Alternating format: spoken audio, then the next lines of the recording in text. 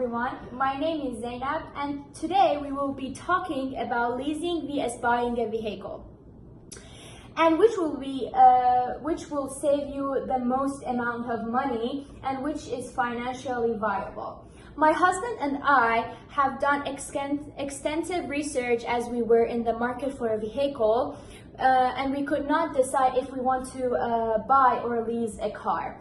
We spoke to a lot of people. We did the math on our budget. We got prices, quotes from several dealerships, and finally we decided to buy a car instead of leasing. One thing it's very important, it's your life situation and your lifestyle. If you are someone who doesn't like to keep cars more than 3 years because you don't like to do maintenance, vacuum, detail it, and do the regular maintenance like oil change and more, so leasing, it's a good option for you.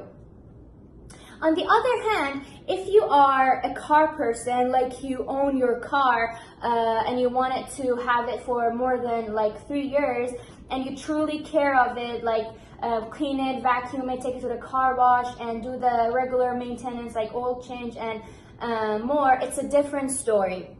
Now, what you have to realize is that the longer you own your car is going down in value. But at the same time, the monthly cost of owning the car is going to go lower and lower. Let's say you're going to buy a car for $10,000 after 10 years.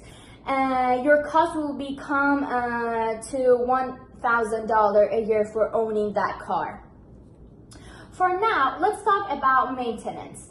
Because the people that lease will always come back and say several maintenance is covered from my dealership package that I bought from the dealership, and I don't have to worry about maintenance when I lease a car. Well, that's not necessarily true.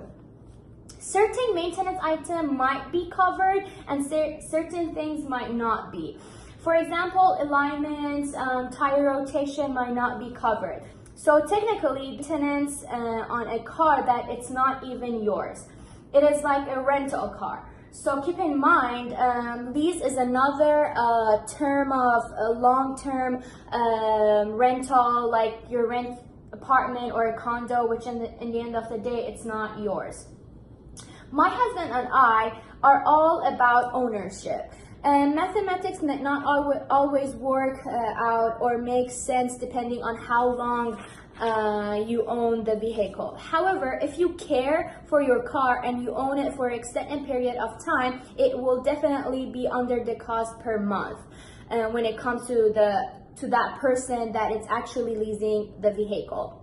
For leasing, you have to understand that you are limited to a certain number of miles every year, and you should not go over that mileage.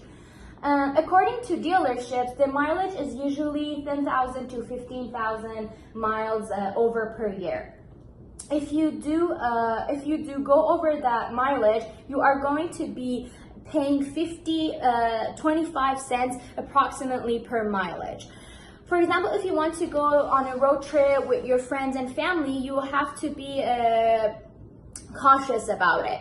You have to watch how many miles you drive in a month, week, or a year to make sure you don't go over your limited mileage.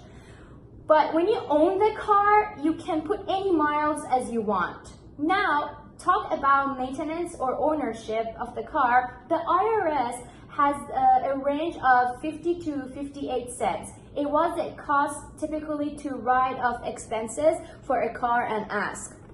That is an accurate number. So given that 58 cents a mile, the car violation is actually 58 cents. It depends on a car that you own. For instance, if your car is a high or German car, it's absolutely going to be more. If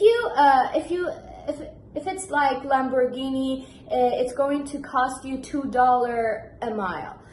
If it's like Honda Civic, Toyota Corolla, it's going to be lower than an amount because the maintenance is going to be much lower. At the end of the day, in our opinion, leasing a car is the most expensive option for me and my husband. and you're overpaying the car from the start. You're overpaying for the car when you actually go to buy it after your lease ends. And you're always worrying about the mileage and the maintenance. Thank you for your time.